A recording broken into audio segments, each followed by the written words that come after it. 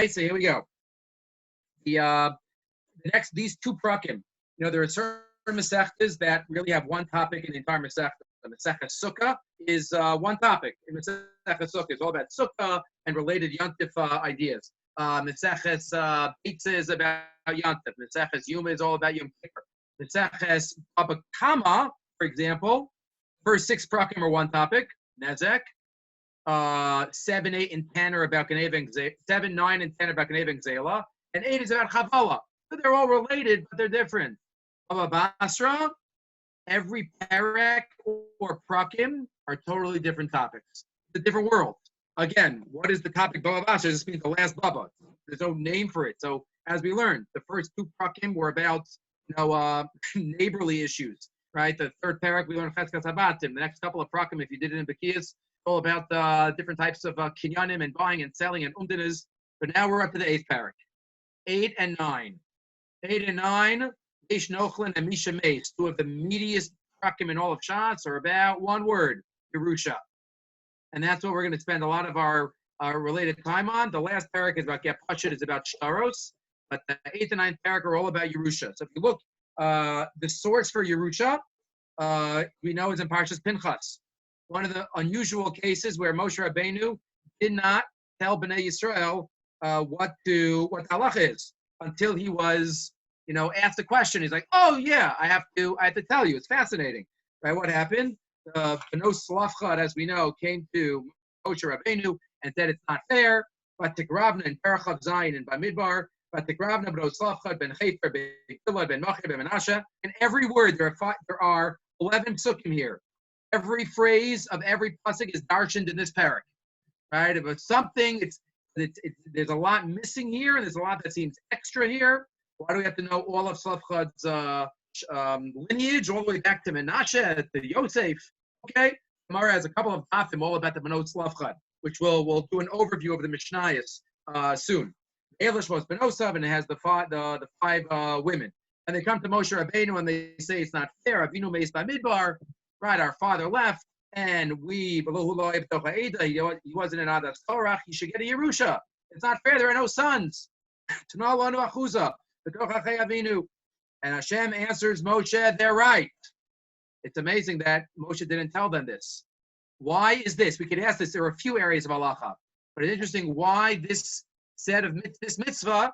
Why wasn't this said by Moshe Rabbeinu before he was asked about it? Almost everything else was. But Moshe wasn't. Came in Oslav Chadovros. Nason, Titain, Lahem, Achuzas Nachla, Batocha Riavim. Give them Nachla. Bartas Nachla Zavim Lahem. Give them the Nachla of their fathers. And by the way, tell Bnei Yisrael. Bnei Yisrael to Zaber Limar. Ish Kiyamus Uven in Lo. Bartam is Nachla Solabito. A couple of paras as we go through the psukim. Questions to think about as we go through these sugyas. Right? A man dies and he does not have a son. So the nachla goes to the daughter. What's strange about that pasuk? I need to ask some questions also on Zoom, but I can't talk straight. What's strange about that pasuk? Yeah, Avram. That it doesn't say outright that if a man dies and he has a son, then it goes to the son. Yeah, it's unbelievable. The first step is not said in the pasuk. Right? If a man dies and he has no son, then it goes to the daughter. How about just saying it goes to the son? There's something different about the son. This is one of the second topic that we're going to do. Be'ezus Hashem will be the Yerusha of 2 brothers. Every relationship, it seems like tedious and specific, but we'll see there's a lot of lumdus in each one. First, we're talking about the general Yerusha, but as we'll see, there might be differences in how Yerusha works. Why isn't the son Betherish? Yeah, Natana. Wasn't Tzalafchad the Makoshish Eitzim? So why were they saying that he wasn't a Rasha? Like he wasn't. There is a daya that's discussed here later on also. It doesn't say that he wasn't. He just says that he wasn't an Adas Korach. He did a chet. It wasn't Adas Korach. Adas Korach maybe challenged Moshe Rabbeinu, and they weren't going to ask something from Moshe Rabbeinu for if he was an Adas Korach. Right, that's what Rashi says here. Rashi quotes the machlokas that you were just referring to. Rashi on the pasuk. Rabbi Akiva holds he was the Makoshesh. Rabbi Shimon says he was from the Ma'afilim, the ones that went up after the Meraglim. But the point was that he wasn't mocked to anybody else. He did his own sin, and therefore shouldn't lose any nachla. It's interesting though that, as we just said, son is not mentioned. Is that already telling us that there's something different about the son's Yerusha than all the others? He's not the only one that's implicit. We'll see soon. But again, it's just reading the game often to get hints of some messages. So no son, it goes to the daughter. If there's no daughter, the man dies, no son, no daughter, it goes to the brothers. It goes to the dead man's brothers. This is also interesting, as we'll learn in the Gemara, that there's somebody who skipped, who's not mentioned here. Anybody catch that? You look at some of the Mishnayos, who's next in line? So son, and then daughter, and then father. The father's number 3. Father's not here. It says son, daughter, brother. It goes father, brother. That's interesting. Why isn't father mentioned? He's the next on the list. And if there are no brothers, it goes to the father's brothers. Right? Just to keep in mind, the family line that we're probably going to use in the cases, everybody talks about Reuven. So we're going to learn that Reuven had a son named Hanoch. One of the sons, that's an answer to a trivia question, right? What's that the answer to? I mentioned before. The only name in the Torah that 4 different people have that name, right? Hanoch is, there are 4 different Hanochs in the Torah. One of them is Reuven's son. So when we talk about families, we talk about nothing against Hanoch and Reuven. You know, Mesechus Makos, Reuven always kills Shimon, and Reuven testifies about Shimon, right? I know Yaakov, it's a little tricky in your house, I know, but either way, it's Reuven and Shimon are used here too. So Hanoch, Reuven, Yaakov, Yitzchak, you know, that's how it goes, and all the Shvatim are the brothers of the father of Reuven. That's what we're going to talk about. But here, welcome Aaron, by the way, great to see you. And Gene, we'll talk later. But anyway, so the brothers of the father are afterwards, and then Menachem Laviv, and then it goes to the closest relative. Yerusha, Haisa, and the end of the pasuk Yud Aleph, Haisa of Bnei Yisrael Chukas Mishpat, and this will be to Bnei Yisrael for a Chukas Mishpat. Chukas Mishpat is an important phrase. I didn't give it to you to look at, but there's a Rambam. If you want a Rambam in for Yeish Nochlin, you need a Mishpatim. Because Hilchos Nachlos. Hilchos Nachlos are in Mishpatim, and that's what you're going to need. Let me just find where's my Rambam. 1 second. Where's my Rambam? I have 3 Rambams here. I have a Mada. I have a Sefer Mitzvos. Like find my Mishpatim, that would be great. 1 second. I have like 5 different piles of Starim here because got it. Basra and Dafyomi and others. Anyway, so in Hilchos Nachlos, which is at the end of Mishpatim, the Rambam quotes this pasuk, Chukas Mishpat. Let me just find it, if I could find it in a few places, but one of them here, Perek Vav Halacha Aleph. If I would ask you a question, even before reading the Rambam, which area of halacha would you put Yerusha? What category of halacha would you put Yerusha in? What would you say? Mamanos? Mamanis would be a good guess. Mamanis, monetary law, right? That's pashtus, what we would put it in. But it's, as we will see. Yeah, I'm sorry? Could also potentially be like matana with the pishnah. Matana, okay. So matana I would put also in Choshe Mishpat. What perek in halacha was the Rambam? So the Rambam I had to read is Perek Vav Halacha Aleph. Perek Vav Halacha Aleph. We'll get to this. We'll overview the Mishnah soon. But the Rambam says in Perek Vav Halacha Aleph of Hilchos Nachlos. Again, everybody should again, I don't know what could be delivered or just find one. As you go through, again, it's good to have a set of Frankel Rambam in life. So if you don't have, you have the 2-volume one, it's good for the base management. Every time you do a Masechta, it's good to have buy one and one by one, and soon you'll have all of them. So like you needed Kinyan for the first for Chazkas Habatim. So if you get Mishpatim for Yud Aleph, that's for Yeish. The Rambam says there, Ein Adam Yachol Lahorish Mi She'ein Roy Lo Yarsho. The Rambam cannot. The Rambam says that a person cannot be morish, give Yerusha to someone who is not supposed to get Yerusha. Lo lak or Yerusha min hayorish, and you can't take it away from a yorish. Afal pishes and mamonu, even though it's money. I could do whatever I want with my money. It's my money. I could give it. I could sell it. I could buy it. Why? Because it says right here, V'haisel of Bnei Yisrael l'chukas mishpat. Our pasid, chukas mishpat. Mishpat is pure dini mamanis. Chukas mishpat adds an element of isser v'heter. It adds an element of isser. It's not pure monetary law where I have a choice. As we'll see, there are rules that you have to abide by when it comes to Yerusha. I hope towards the end of our discussions, I don't know when, but we'll talk about Lamaisa, how people do it today, because nowadays a lot of people want to give to their daughters, also not just their sons. So there's a lot of halacha Lamaisa discussion, the shtar chati zachar. But either way, so what the Rambam says, you can't just get out of it and do whatever you want because it says chukas mishpat. Omar shechuka zulo tishtana ve'ena tzai mo'oba. Teach us that this is a rule. Chuka zulo tishtana ve'ena tzai mo'oba. You can't just make a t'nai. Make a t'nai on any monetary law. This is not pure monetary law. Therefore, the Rambam says in Perek Vav Halacha Aleph, based on this pasuk, that there's something unique and special about the rules of Nachalos. Again, why didn't the Moshe Rabbeinu tell them these mitzvos? I mean, why wouldn't Moshe Rabbeinu tell them these laws before they were asked? Again, we'll have to see in the parak, but it could just be because it's not the most happy, area of halacha. When you have to say it, you have to say it. But it's not the most happy area. And again, what they were going to be involved in, what they have been involved in the Midbar was a lot of death. Again, there wasn't too much Yerusha at that time. They got the mun, and there was no Yerusha. So again, at the end of the 40 years, here in Parshas Pinchas, it's the first time that it comes up. It wasn't Lamaisa before then. But again, maybe because, it wasn't something that Moshe Rabbeinu, it wasn't on the parak, and it wasn't an area of halacha that was we want to do. He was going to tell them. But interesting that it came about through B'nai Tzlafcha. Okay. Either way, this is just a little background based on the psukim.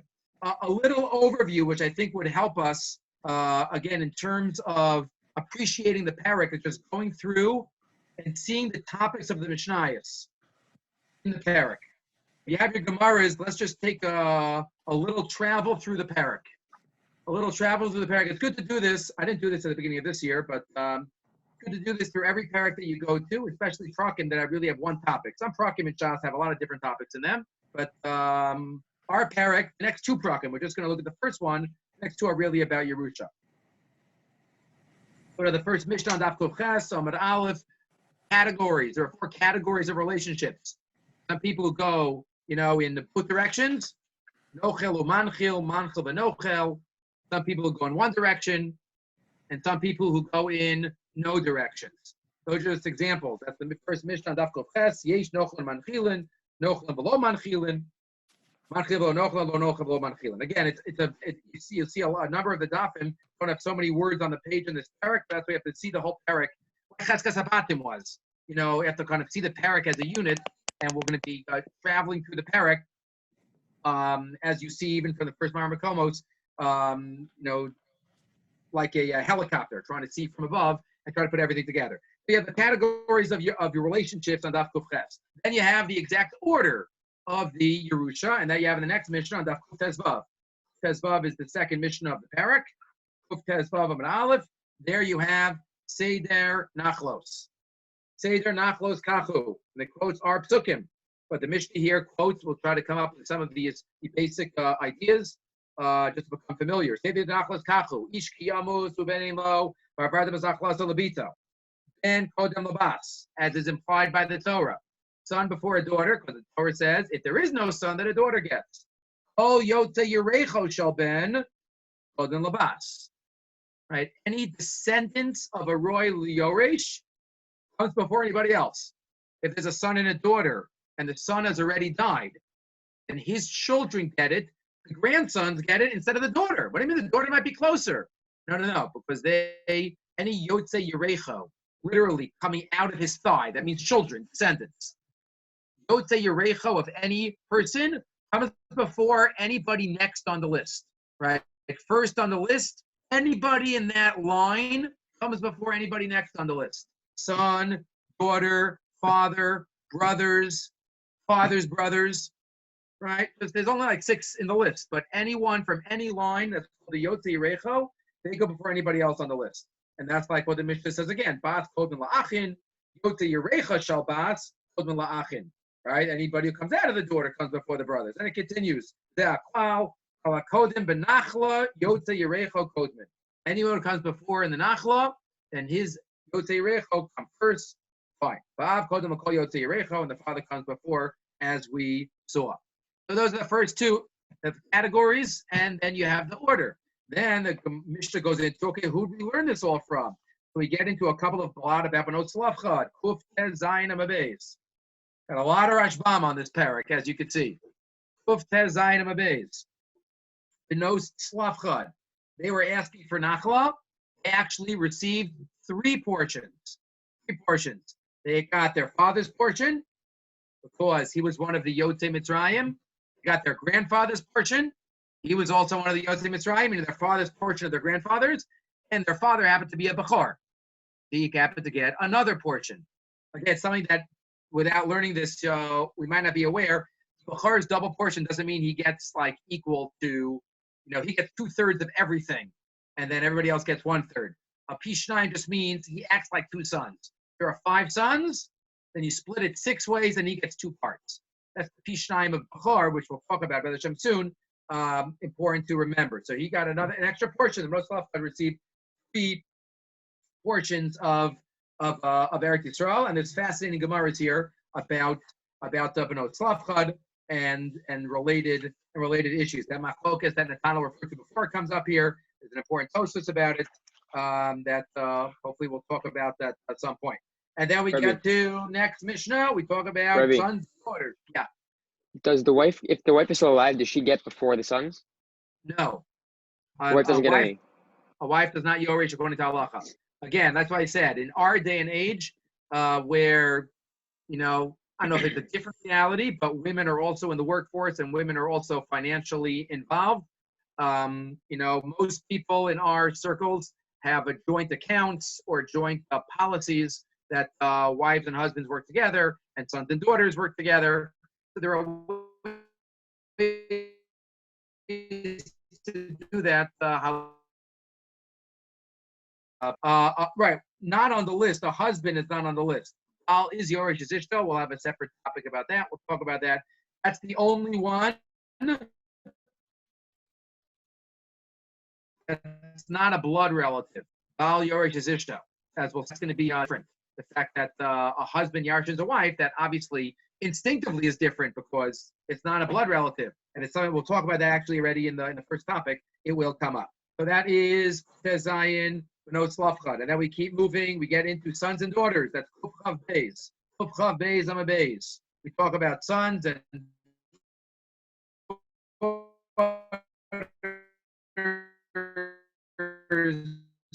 mothers and fathers. We talk a little bit about that and what some daughters have to be fed and have to get mizonos and everything they need for their wedding.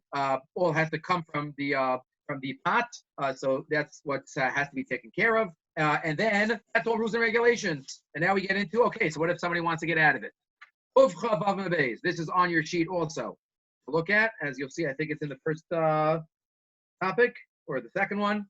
The sugya of if somebody wants to get out of the mitzvah of Yerusha.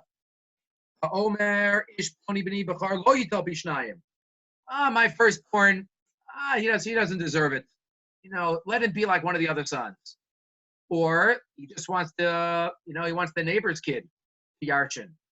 All of that, the Mishnah tells us, is impossible. Lo amar klum, hisnal mashakasa Torah, like the Rambam said before. This isn't pure dinim aminis. You're getting masal mashakasa Torah. That means you're making a condition against what it says in the Torah. You can't do that. Masal mashakasa Torah is something that you'll see the Ramban talks about in Sefer HaMitzvos, right, in the first Ramban that we will see in Sefer HaMitzvos. So again, that's what the Mishnah says. You can't get out of Yerusha by changing the rules. A person can give away all his money before he dies. That's allowed, and that's, as we'll see, the Mishnah says later on that rabbis aren't happy about that, but that is possible if you give it away. But if you want to use a lashon of Yerusha, you can't change what it says in the Torah, except in the following case, and that's the next Mishnah. Daf Kuf Lamed, Rabbi Yochanan ben Broka. Can't learn this parak without already knowing his shita. Rabbi Yochanan ben Broka, Kuf Lamed Amid Aleph. Rabbi Yochanan ben Broka says, I can't say that a stranger should yarshin instead. But if somebody chooses somebody who's supposed to get it, somebody who is roi to yarshin, and you just change the percentages, so that works. That works. Look at the Mishnah. Kuf Lamed Amid Aleph. Ha'omer ish ploni yirasheni. V'makam teish bas. Some other man should yarshin instead of the daughter. Iti tirasheni v'makam teish ben, or my daughter instead of the son. Lo amar klum. Shehisna mashak asav Torah. But Rabbi Yochanan ben Broka omer im amar al misha roi liyarsho dvarav kayamin. If he says about somebody who's roi to yarshin, we'll get to the details. What does that mean? Look at the Rashbam. It's right here on the Mishnah. And ben abanim. Somebody says, my son should yarshin and more than the other son. Rabbi Yochanan ben Broka seems to say that might work. Maybe you even do it somebody who's later on the list. We'll have to see. There is some measure of flexibility according to Rabbi Yochanan ben Broka, and we do paskin like Rabbi Yochanan ben Broka. We'll have to see exactly what he means, but keep that in mind. The Mishnah tells us you can't change Yerusha. That's Masana Mashagasa Batorah. But on Daf Kuf Lamed, Rabbi Yochanan ben Broka says that it is possible if somebody is Ra'ui Birash. If you get out of it, next Mishnah, Kuf Lamed Gimel Amid Beis. Kuf Lamed Gimel Amid Beis. What if somebody, Rahman al-Islan, really does not want his kids to get anything? So you get out of it. You give the money to someone else. But you did work. Somebody gives away all their money. It works. The Chachamim are not happy about what you did. Not happy about that. Right? You shouldn't do that. What about Bisman Hazeh? So some say, we'll get to it, maybe leave a little bit, leave $100 for Yerusha Daraisa, at least fulfill the mitzvah of Yerusha. So we'll see. Hopefully we'll have a shir about that. All right. And the next Mishnah is Dalid. The father has a special ne'emanus, right, relating to the son. He can say, this is my son, this is my bachor, Kuf Lamed Daled Amid Aleph on the bottom, one line. Omer zebeni, ne'eman ze'achi, eno ne'eman ne'emanios. Now that we know the rules of Yerusha, but now, who is believed to say who is a child and who is a son and who is Roy Lirash? Or if somebody comes and says, I'm your long-lost brother, right? So that is that Mishnah on Daf Kuf Lamed Daled. And then the last Mishnah, it's in the Perek, are about if you have sveikos. You have a suffix, you're not sure if somebody gave away his money. Kuf Lamed Hey Amid Beis. Kuf Lamed Vav Amid Aleph. Rabbi Shnai is about, you're not sure if somebody gave away his money. And is it a matana? Is it a Yerusha? You have two people died. You're not sure who died first. Right? Not sure if this person is the Yorish, if that person is the Yorish.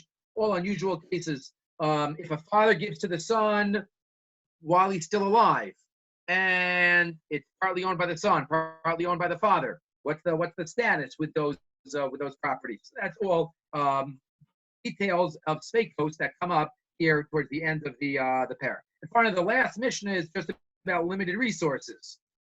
Skipping to Kuf Lamed Tes Amid Aleph, right? If there are older children, younger children, how do you divide up the resources? Right? That is the end of this parak. Again, the next parak also. Daf Kuf, right? Mishameh starts on Kuf Lamed Tes Amid Beis. Right? That continues the last Mishnah in Kuf Lamed in Yeish Nochlin. But either way, this is the 30 blot parak from Kuf Ches to Kuf Lamed Tes. Right? This is why Baba Basra is the longest Masechta in Shas, because there are two prakim with 30 blots. Yeish Nochlin and Chezkas Habatim. And you, special, get to do it both this year. Tavshin Pei, we get to do this Masechta, which has two prakim, which are both very large. Anyway, this is an overview, a little bit of the parak. Any other comments or questions before we get into the actual limud? I got to turn all the way back now. All the way back, but not so much. We're not going to focus so much on the first Mishnah right now. Any comments, questions? Everybody good? Mikey, thanks for joining. You did. Good to see you. or hear you, or at least see your name. Everybody good? Okay, so let's start a little bit. Again, I know most of you have not gotten to see the Marmakomos because of the way Seder works out, but let's at least start. And then by the time tomorrow, hopefully you'll have had more time to be able to see them. Also, again, if the Zoom isn't working, if at any time you want to WhatsApp me a question, feel free. I'll do my best to, whenever that is, to get back with the comments. Again, the basic Rishonim on Yeish Nochlin are the same ones that we've been focusing on, so don't have to change that. You'll have the same Rishonim, the Kobus Mefarshim, just the Rambam. The Rambam is the only thing that changes because it's a different topic. Okay, let's just get through a couple of questions today, and then hopefully we'll try to answer tomorrow. There is a machlokas between the Rambam and the Ramban, which is a basic introductory machlokas to the parak. How many mitzvahs are there of Yerusha? How many mitzvahs? The Rambam counts one. One mitzvah. One mitzvah saseh. Reish mem ches. 248. It's the last mitzvah saseh. I didn't see anybody comment on it, but maybe we'll touch on it. Why the Rambam put this last? So you might say, well, something had to be last in the 248. And the Sefer HaChinuch, if you remember, goes by parsha, so it goes in order, right? The Nachla, Yerusha is mitzvah tough, mitzvah 400. That's in the Sefer HaChinuch. It's in Parshas Pinchas. It goes in order, but the Rambam has a choice. Sefer HaMitzvahs, where are you going to put Yerusha? So he puts it the last mitzvah Atzei there is. Ramach Evarim. Ramach mitzvah Atzei. There it is. The Rambam says, a mitzvah reish mem ches. He haTorah she horunu b'dinei nachlos. Laws of nachlos. That's the Rambam. Rambam says there are laws of nachlos. This is the Rambam l'shitaso, that the Rambam counts topics in halacha as separate mitzvos in the 613. The Rambam counts laws of Yeish and Bor, and we had I don't know this year or last year. I think this year Toin B'Nitan. Toin B'Nitan is a mitzvah. The mitzvah to go fight it out in court? No. Topics in halacha are counted as separate mitzvahs according to the Rambam.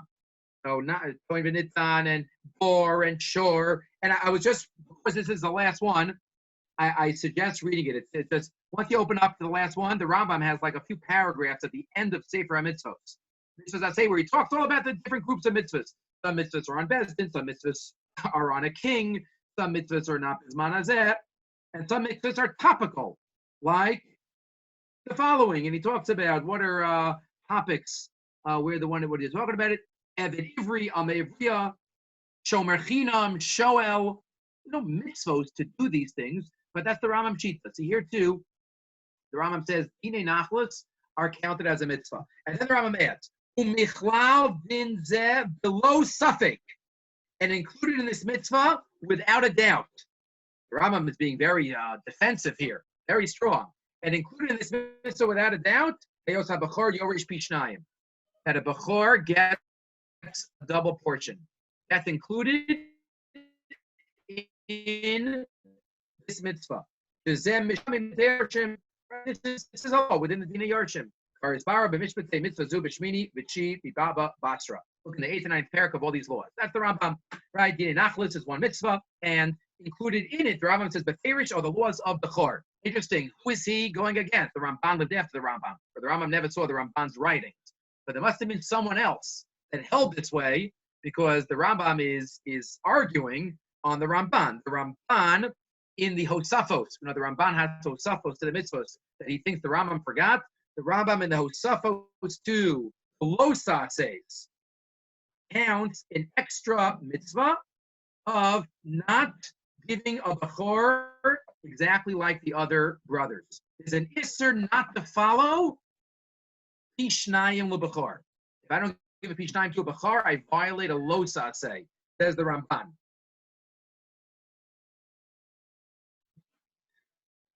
Mitzvah Yudays, Shenimnanu ben Chilanu Abanim Mehaver HaBechora, Min HaBen HaGadol Al Yeser Echav, Avol Nanchil Oso Pishnayim Mishpat HaBechora. Right, follow Mishpat HaBechora, or Mer Yisbarach, and the pasuk in Kiseitze, not in, right, Bechora is spoken about in Kiseitze, not in Pinchas. Lo yuchal levaker ben ha'ahuva. You are not able to show preference to the ben ahuva apnei ben asnua bachar. Yes, the bachar ben asnua yaker lots of lo pishnayim. Even if you like the mother of the non-bachar better, you cannot mess up bachar. That's the Rambam. That's the Ramban. That based on that pasuk. The al tachshov, and how else is pretty clear. Lo, the lashon lo yuchal levaker ben ha'ahuva. Don't do it. The Ramban says you should also count the mitzvahs aseh. Right? Give. La says lo pishnayim. Right? Yakir. La says lo pishnayim. Let me find the language of the Ramban. Yishod mitzvahs aseh ki asa bachar ben asnua yakir. La says lo pishnayim. V'gam du mitzvah. Uchayav lakiro. La says lo pishnayim. I don't know why. I'm sure somebody talks about it. I just haven't found it. The Ramban in his Osafos only adds on a lo aseh. If you look at the back of the asehs, he doesn't add on an aseh. He says here you should. So I'm not sure that he changed his mind. He thinks you only should add on a lo aseh, not an aseh. But we have that sometimes. That the Ramban would knock something out or count. You should count it, and we don't find it counted as a separate mitzvah. But either way, this is the Ramban. And then the Ramban adds. I mean, how else would you read the pasuk if the Ramban's not right? The pasuk says, "Lo yuchal levaker ben ha'ahuva." Don't favor the non-bachar. How else would you read that? So the Ramban says, don't read it like the following. Yal tachshov shelo yezeh miniya ela shu din midinei hanachlos. Number one, don't think that this is just a detail in the laws of nachlos. V'yilamdenu hakasuv she'ena ab yachol abir Yerusha mimenu. V'al karchol yirshu pishnayim. This isn't just a detail of nachlos. You give the pashut. Pashut means this the regular son, the non-bachar. You give him this and you give the bachar this. No, it's not just what we would call a shalila. A shalila is a negation, a negative. Just like lo yuchal, it can't be. It's not a lo say a don't. It's a can't. Sometimes the Torah means don't. Sometimes the Torah means can't. So the Ramban here says this means don't. But he acknowledges that you might have understood it as can't. That's how the Rambam must understand it. It's a shalila. Not saying don't do it. It's just like you can't change it. The Rabban says no. If a man on his deathbed says, "My firstborn son shall not yarshin double," it's an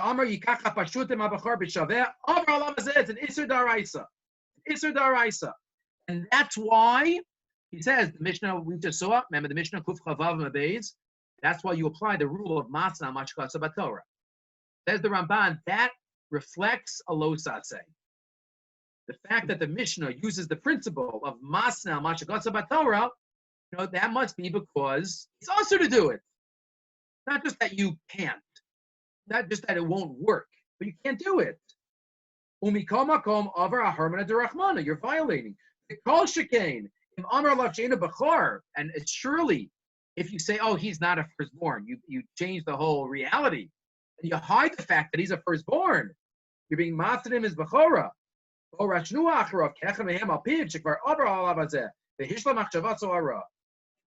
is the Ramban. And then just towards the end, he says, and look at Unkelis. Look at Unkelis. The Ramban knew Unkelis. Sometimes we say, Unkelis. Hard enough to do Rashi like Tazriya Mitzorah. Unkelis is crucial too. So the Ramban says, look at Unkelis. Unkelis on our pasuk. In Kiseitze, Lo Yuchar, he says, Les Lecha Rishu. You don't have rishus. You're not allowed to. The Ramban quotes Unkelis. And therefore he says, Ramban says, this is a mitzvah, separate mitzvahs aseh, and a separate mitzvahs lo aseh. And the Rambam obviously doesn't hold this way. So our first question is, what is the nekudas machlokas between the Rambam and the Ramban? Why would you count it as a mitzvah? Why wouldn't you count it as a mitzvah? Eli, you have your hand up? Or no? No.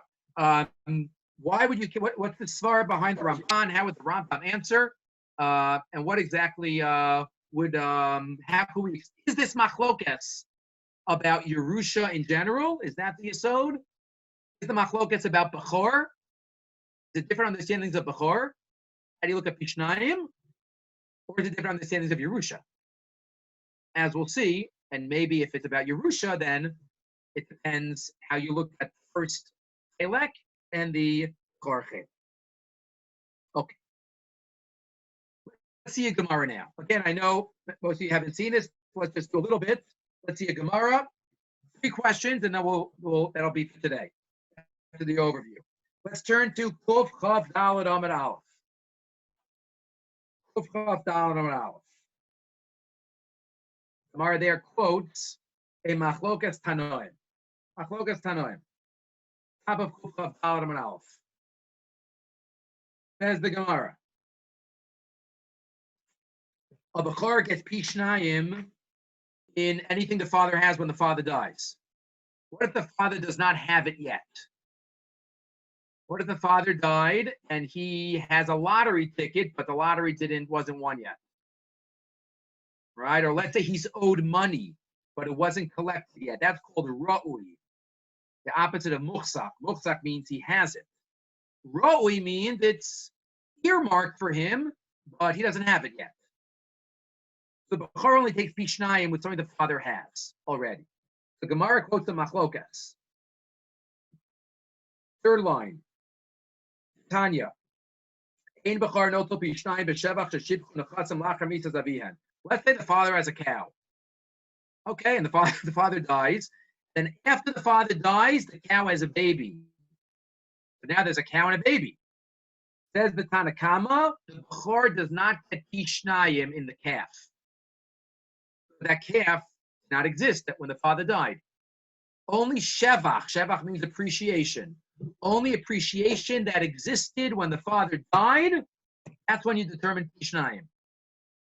But anything that appreciates after the father dies, everybody splits equally. Everybody splits equally in the pot. That's the Tanakama Shita. And Rabbi argues, Omer Ani, Bechor no tel Pishnayim b'shevach sheshibchu nechasim lachar mitzvas avihen. He does get. Rabbi says you do get Pishnayim. Even if the cow gives birth after the father dies, Rabbi says, son, the Bechor gets Pishnayim. If the brothers get together and feed the cow and make it more plump and make it fatter, that they obviously split because they're all contributing. Anything that happens mamela, any shevach that happens automatically, Rabbi says, still brothers, the Bechor would get Pishnayim according to Rabbi, and the Rabbanan say not. Skip one line. Yotza alehen shtar chov. The Rashbam says this is now according to everybody. What happens if after the father dies, and somebody comes with a shtar chov, meaning a shtar chov on the father? Your father owes me $1 million. So they have to pay their fathers from the assets that they got. Bechor knows in Pishnayim. A Bechor, everybody has to give, let's say, an equal part to pay for the chov. If they split up the property, a Bechor has to give 2 portions towards the outstanding loan. He got 2 portions from the assets. So the Bechor has to pay 2 portions to repay the loan. Bechor notes in Pishnayim. A Bechor pays double. Look at the next line. Im Amar Eini Nosin ve'Eini Notel Rashoy. What if the Bechor is not interested in getting involved in having to pay any more than the other brothers? It's going to hurt me too much. I'm going to have to give up so much. You know what? I don't want to take Pishnayim. Keep your Pishnayim. I'll take like a regular brother. So then I don't have to pay double. Rashoy, he's allowed to do that. According to everybody, Rabbi and the Rabbanan, a Bechor has the choice before he gets the double portion, before he gets it. They didn't split up the property yet. A Bechor has the right to say, I'm not interested in getting these double assets, and therefore you won't get double, or just have to give regular. Yeah, Yonatan. This is only a case where there's a star chov, then the Bechor. Louder. This is only a case where there's a star chov, then he can give it up, or he can always give it up. Pashtus, he could always give it up. That's just the reason he wants to give it up.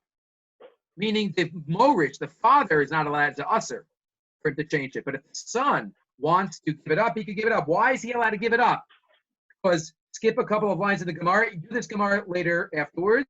The Gemara says because Bechor is called Lasei Lo Pishnayim. It's called a Matana. You can't be forced to get a Matana. The Torah calls that Pishnayim a gift, a Matana. Lasei Lo Pishnayim. You read the Gemara. In what other context is called Matana? Because it's called a Matana, a person can't be forced to get a Matana, and therefore he could say no. That's the Gemara that's agreed upon. There is a major Machlokas Rishonim right here. What if a brother wants to say, I don't even want my single portion because I don't want to have to pay this guy money? Is he allowed to do that? Is a brother, the Gemara says, the double portion of the Bechor can be, I don't want it. What about the single portion of every brother? Says the Rashbam, no way. That can't be. Look at the Rashbam on the fifth or sixth, 1, 2, 3, 4, 5, 6, 8, eighth wide line. Eighth wide line. I'm just getting to the line. We can't force him to get the double portion because of let's say slow. Ein matana in Yerusha Lakabla. It's a matana, the double portion. You can't force somebody to have a schus. Yerusha interesting. I'm just thinking about it now. Pishnayim is not mentioned in Pinchas. Right? It's only mentioned in Kiseitse. Why did the Torah split that? The Torah did not put Pishnayim along with the parsha of Yerusha. Moshe Rabbeinu could have mentioned the Bnos Lavchad. And by the way, and they themselves got a first double portion, as we just saw in the Mishnah. Right? Pishnayim is not mentioned in Pinchas. It's only in a separate parsha in Kiseitse. That tells us something about Pishnayim being very different. Yeah, Nathaniel. Maybe it has to do with the fact that Pishnayim did not apply by Benos Tzlafchad because there was no Bechor. So it wasn't applicable, so it didn't come up. No, but we saw that their father was a Bechor, the Chefer. Right? So that they got a double portion. Right? Where was that Mishnah? Remember that Mishnah? Kuf Tez Zayin, or wherever it was. Kuf Tez Zayin Mabeis.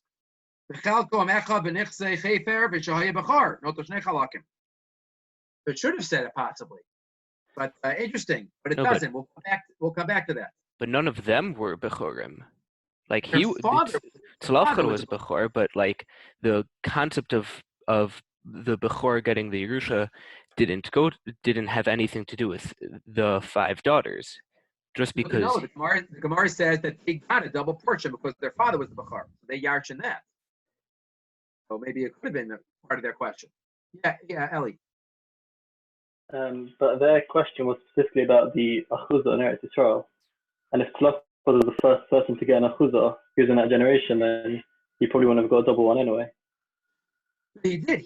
They got an extra portion. Tzlafchad got his portion, and his father was also one of the Yotei Mitzrayim. So he got a portion from his father. He got a double portion from his father. So it's fascinating. Yeah.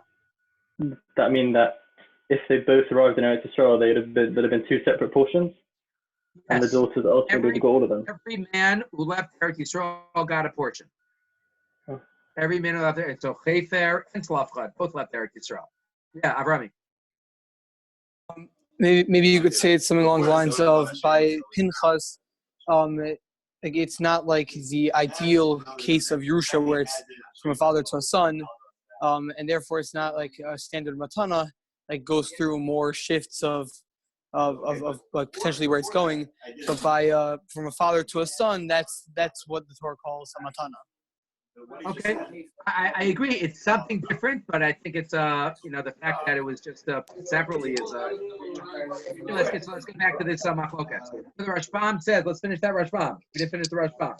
So when it comes to the Bechor, it's not. It's able to be prevented. The brother could say, "I don't want it." Aval. This is an underline line. If you underline in your Gemara. Aval mechelek chituso eino yachalo markein. No way. Portion means the portion that you get one. You cannot say this. You can't get out of your single portion. that you got bal karcho. That's not called a matana. And the Rimigash expands upon this. You look in the Rimigash right here on this Gemara.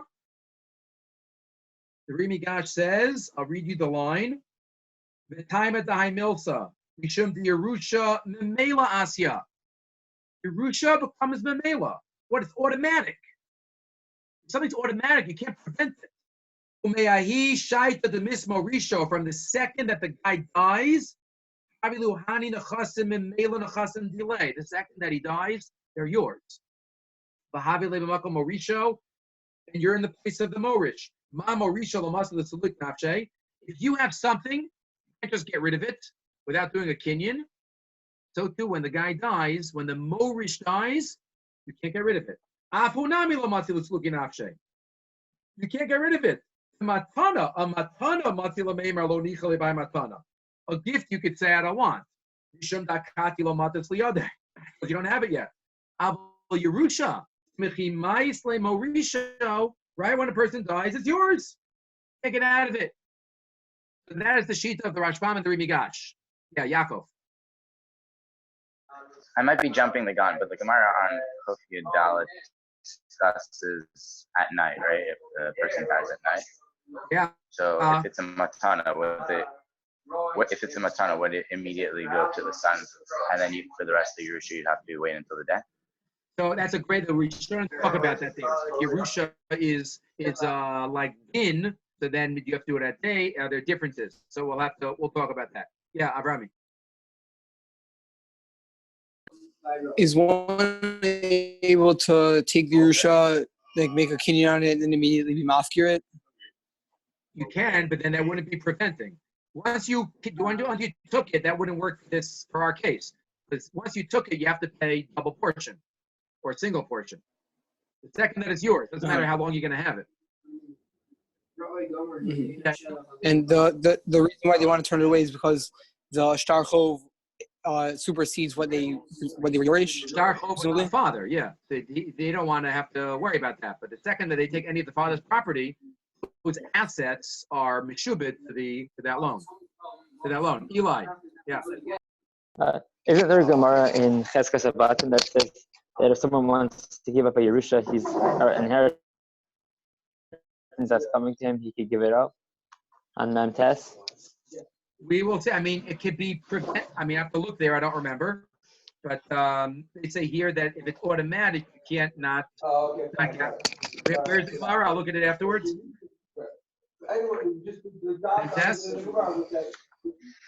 Yeah. Oh, Dinutarim. So that's. I'm gonna bet on the top. Okay, so that's Mimakom Acher. That's going to come up in our Marmakomos. Stubis. Right, that's going to come up, but that's Mimakom Acher. That's not regular Yerusha. We're going to talk about that exactly. Let me just one more point. Let me just try to squeeze it in. Rashbam and Rimigash here say, as we just said, that this only applies to the double portion, but the first portion they can't get out of. But if you look in the Chidushei Haran, the Chidushei Haran right here, he quotes the Rimigash. It's also in the Ravid in the Rashba, but I gave it to you from the Ran. The Ran quotes the Rimigash.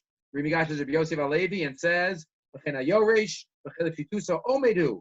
Kofanoso says the Ran, "Ve'ein ze mechuvar." I disagree, and his lashon is emphatic. The Bezdin kofin b'shutei liyoresh. Will Bezdin take out sticks and bang the guy? Jaina wrote to Lakabel Yerusha. So, force the guy to take money? How can you force anybody to take money? Imata Omer Kain, Laksa Midas Hadin. The Ran says if you force somebody to take Yerusha, then basically it's not fair. Laksa Midas Hadin is a phrase that means it's not fair. Come on, that can't be. Lefichach Nirin Divrei Aravid says the Chidushei Haran. I think the Ravid is right. Shekasa afilu b'chelek chituso. Even the automatic chelek. Im Amar Eini Rotze b'Yerushas Avi v'lo Perech Chovosav in Ma'asen. No, so you don't force anybody to take Yerusha. You don't force anybody, right? Yaakov says, why are there two parshias of Yerusha? Right? Why is this somewhere else? You're right. That's a good question. That's what we're gonna have to try to figure out. But either way, this is a machlokas rishonim whether a person could say, I don't want my Yerusha. not just the Bechor. I don't want my Yerusha. What is behind that machlokas? How do you answer the Ron's taina? The Ron says, you can't force somebody to take money. And what would the Rimi guy say? Oh, yes, you can. Maybe this is not a normal way of getting money. Right? The Ron obviously feels you can't force somebody like other areas of halacha. The Rimi Gash, the Rashbam, no, it can be forced. One final ha'ara. And this will be the questions. Naftali, yeah. According to the Ran, if you can't force someone to take it, do they have to make a kinyan if they do take it? That's a great question. I think not. Meaning, you could prevent it. Once it's yours, it's automatic. I think the Ran has to admit to that. Meaning, if somebody dies, and before the children go in, it's not hefker. Like anybody can go in and take it. It's automatic unless you express that you don't want it beforehand, I would say. Is this considered Zachem Adam Shel B'fanav? Even if he specifically doesn't want it, but it's money, so it would usually be most regular person would want it? I mean, it's Zachin. It's not, Shel B'fanav means A is accepting for B. Here it's just for himself. But you can use the same thing to, transfer the money to him. You can use the same... I mean, Zachin L'Adam always involves two different people. Here, there's only one person involved. Okay, yeah. It's not really a Zachia. Yeah, Rami. If no one takes, let's say none of the Yerusha want to take the money, where does that money go, and how does the Baal Chov get paid back? No, it always goes to somebody. There's always a Yoresh. What if no one wants to take it? So then let's say the Chov is more than they would have gotten. Let's say the Chov is $500 and the Yerusha is only $400. So you're going to be out money by taking the Yerusha. They don't have to pay more than $400. They'll have to just give what the father's stuff was. So then what's the point of not taking it then? It's a tircha, whatever the reason is. Whatever the reason, they don't want to get involved. Okay, let's just get in one more question. Again, so number one, question one is, what's the machlokas between the Rambam and the Ramban about how many mitzvahs are counted? Question two, what's the machlokas between these Rishon and whether one can express not to want the Yerusha? Question three, I guess we'll start with this question. We're not going to finish it. There are a number of assets. This is already the beginning of the secret. There are a number of assets that are subject to Yerusha that are not subject to regular kinyanim. So, for example, davar she'eino birchuso. Like, let's say, somebody borrowed something of the father's, right? That goes to Yerusha. A davar shelo bala olam. Something that doesn't exist yet. The father has a tree, an apple tree. The apples didn't grow yet. The future apples are transferred to the son, the rights of those apples. You can't be makneh apples that didn't grow yet. But you can be morish things that didn't grow yet. If you look in the Shulchan Aruch in Reish Ayin Ches. Reish Ayin Ches Sif Tes. I'm not going to read it inside. You can look it up. Reish Ayin Ches Sif Tes. Sorry, Sif Gimel. Reish Ayin Ches Sif Gimel. It's all on your Marmakomos. You could yarshin a chov. If a father is owed money and he dies, then the children are owed the money. The lov has to pay the children. You can't be makneh a chov midaraisa. If somebody owes me money and I want the guy to pay you, right? Maybe we had that. It's called ma'imit shlashtan. You can use it for a Rabbanan context, but midaraisa you can't be makneh a chov. And yet you can be morish a chov. 1 second. So you can be makneh chov and more. You can't be makneh chov. You can be morish chov. You can be morish davar shelo bala olam. One more, and then that'll be it. There is a ksos. Ksos has a suffix.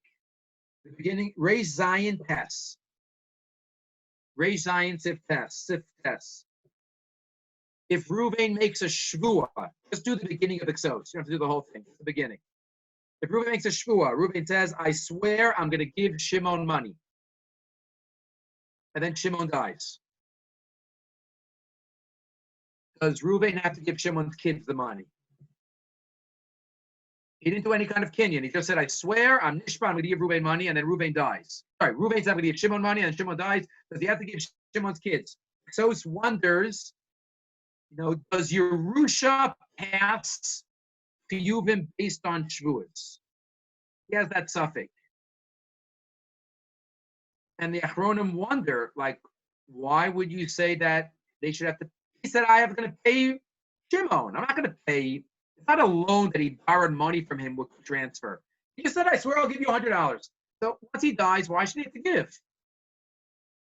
And if you look in the Stipler in Siman Lamed Dalet discusses, and if it's because, it's an umdana, he meant the son also, that's not Yerusha. And he just promised to give Shimon or Shimon's sons. How is it possible that Shimon's sons could get it if the shvua was only to Shimon? That's the Ksosis suffix. So we have to try to figure that out. Because there was no kinyan done, and yet Shimon's sons might get the money. So all this is heading towards the secret of how Yerusha really works. And that's what we're going to talk about over the next couple of days. Okay, questions? Anybody else had their hand up?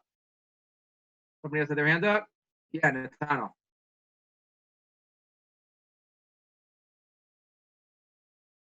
In all of these cases, would the Bechor get a double portion in the Chov? Only if it's a muhsak, not in Roi. The Gemara says that later on. Right? Only if it's muhsak. If it's Roi, if the father isn't muhsak in it yet, so it's the father's property, which he's going to yarshin, but he's not going to get a double portion in that. Meaning, that's a rule special in Bechor. He only gets a double portion in muhsak and not in Roi. Yeah, Yaakov. Back to what Rabbi and Levi were discussing, the general topic overall, does the person the Bechor have to say he doesn't want the Pishnai before the father passes away, or in that split moment, is there does it immediately transfer it? Does he have to deny that Pishnai immediately before?